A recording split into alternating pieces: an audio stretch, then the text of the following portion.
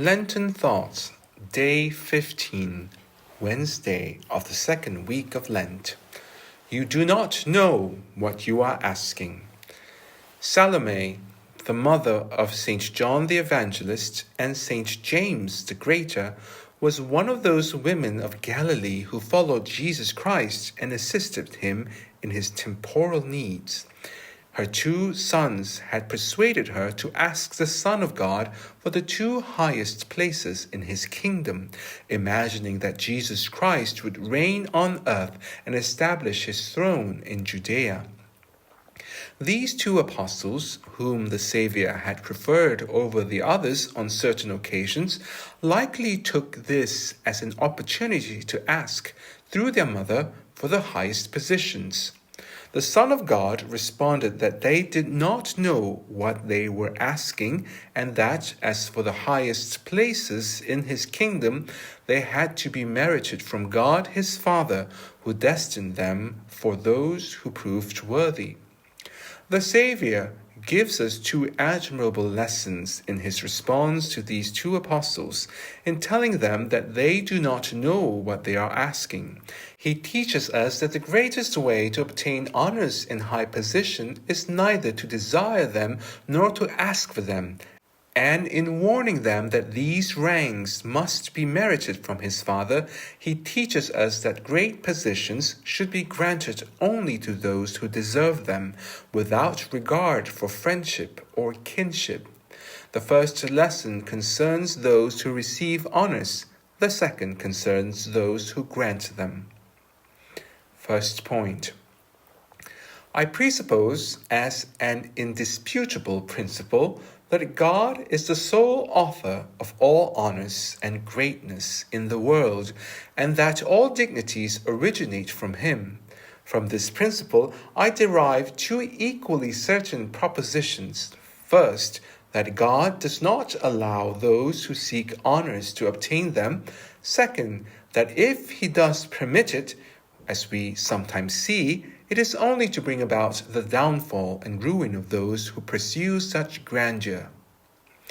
We read in the Gospel that many people wished to follow Jesus Christ, but because they imagined that his kingdom would be earthly and that he would distribute great offices, the Saviour rejected them all. We also see that none of those whom he chose as his apostles sought that honor. St. Peter and St. Andrew were occupied with fishing as usual and had no thought of elevating themselves when the Son of God called them to the apostolate. St. John and St. James were concerned with nothing other than mending their nets when they became apostles.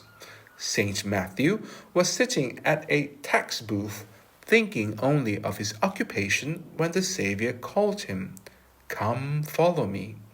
St. Ambrose makes a beautiful reflection on the conduct of the patriarch Noah, who refused to leave the ark without a specific order from God, even though he was assured by the return of the dove, which brought him an olive branch, and that there was no longer any danger and that the waters had receded. This holy patriarch acted in this way, says the Father, because the Lord destined him to be the master of the world from then on, as the sacred text indicates. And your fear and dread shall be upon every animal of the earth and upon every bird of the sky, with all that moves on the ground. All the fish of the sea are given into your hands. Since I say he was destined to be the master of all the earth, he awaited an express command from God before leaving the ark and taking possession of sovereign power. Thus, even as the waters receded and the land dried, Noah could have left the ark, but the just Noah claimed nothing for himself and submitted everything to the divine command. For true justice is reverent, whereas injustice is shameless and seizes what it does not deserve without reverence for its author. We read in Holy Scriptures that when God commanded Moses to come before him, he ordered him to walk barefoot. Take off your sandals from your feet. Does it not seem that he should have commanded the opposite, since the path he had to walk was full of thorns and brambles? This is a mystery that teaches us, says the interpreter, that when one is elevated to some dignity, one must proceed with great caution and very slowly. We are far from such circumspection and moderation when it comes to seeking elevation. Far from proceeding slowly in these matters, we rush forward with all our might. This is the complaint that God makes through the prophet Jeremiah. I did not send them, yet they ran. It is written in Holy Scripture that the divine bridegroom calls his spouse 3 times in succession, and that she waits for 3 separate commands before responding to show her humility and reverence. Come from Lebanon, my bride, come from Lebanon, come. This is a lesson for us, says the learned Abbot Gilbert, who condemns our ambition and the eagerness with which we seek honors. For far from waiting for repeated commands, we seek to obtain dignities either by force or by cunning. The bride's delay reproaches and condemns our haste, for we, too eager and reckless, failing to measure our own strength, hasten to enter into the labors of our calling. Nor do we wait to be summoned even once, but we take honor for ourselves, either by seizing it violently or by scheming to procure it. When God commanded Moses to choose a successor to govern the people of Israel, he instructed him to compel and urge Joshua to accept this great office. Take Joshua, son of Nun, because he knew that Joshua, filled with the divine spirit, would never accept this dignity unless commanded by God. He is told to take him because otherwise Joshua would never have accepted the burden unless constrained and compelled. It is therefore evident that God calls to greatness and dignities only those who flee from them, and that the true way to obtain them is to refrain from seeking them. I know well that many ambitious people who use intrigue and deception to rise to power sometimes succeed, but I maintain that this is a great punishment from God for them, for he allows them to rise through violence only to humble them with justice. Holy Scripture is filled with examples of such terrible punishments, but the daily experience of them is proof enough for us. The sad reversals of fortune, the unexpected falls of so many people who once appeared superior to all others, sufficiently teach us that if God allows such people to rise, it is only to wait for the right time to cast them down and confound them afterward. What is even more terrifying is that not only does God humiliate them on earth, but he also condemns them eternally in hell. Witness those who, from the depths of the abyss, uttered these sad and pitiable regrets. What has our pride profited us? Alas, what has our ambition served us? What did it avail us to be exalted for a moment, only to be humiliated for all eternity? Second point. The second instruction from our Gospel concerns those who distribute dignities. St. John and St. James were very close relatives of Jesus Christ. This was, apparently, a strong reason for them to ask that he prefer them over the other apostles. However, he did not consider them any more than the others. He told them that they did not know what they were asking, and that if they wished to be elevated, they must deserve it through their labors and sufferings. Can you drink the cup? This is an admirable lesson for those to whom God has entrusted the distribution of dignities in this world.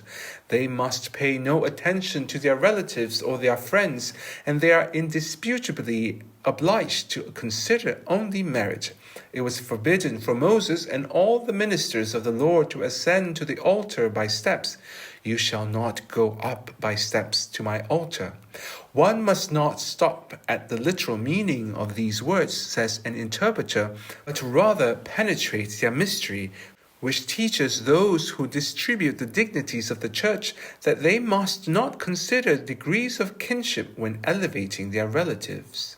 Seeing that his death was near, Moses did not want to leave the people of Israel without a leader or a guide, but in order to choose a worthy successor, he turned to God and asked him to reveal who had the most merit for such a high office.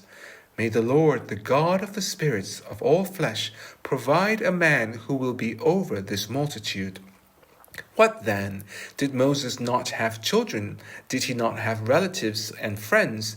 Yes, certainly, but in this matter he considered neither friendship nor kinship. He sought only to recognize merit and virtue.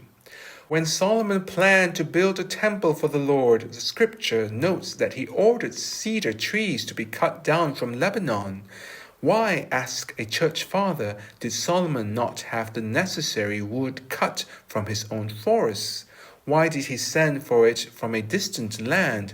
It was, without a doubt, to teach those who would one day govern the church that they should not seek among their own kin and family people to hold positions of dignity.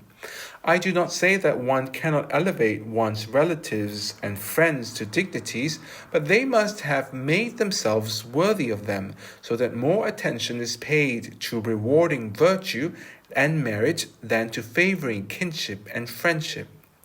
When the Eternal Father glorified the Son on Mount Tabor and gave him as master to all men, he declared that he was his beloved Son.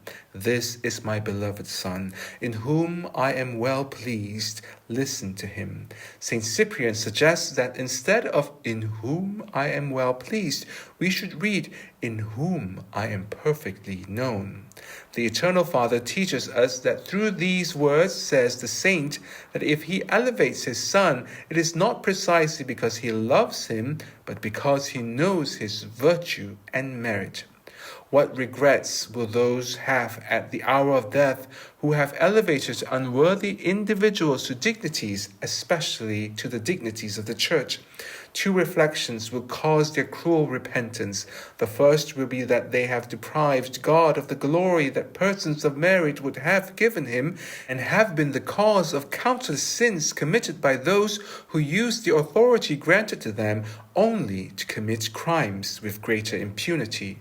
The second cause of sorrow they will have upon dying is that by their poor choice of individuals to govern the faithful, they have been the cause of the damnation of countless Christians who might have been saved if they had been instructed by holy doctrine and good examples. Wherever they turn their eyes in this terrible passage, they will find only reasons for despair. If they look to heaven, they will see an angry God whom they have dishonored and whose glory they have obstructed. If they cast their eyes downward, they will see hell open, where they will hear the pitiful cries of those damnation they have caused, crying out for vengeance against them. Blessed then are those who, renouncing all views of the flesh and blood, have no other purpose in the distribution of offices than the glory of God and the salvation of their brethren. God will reward the just choices they have made on earth by choosing them himself to reign eternally with him in heaven.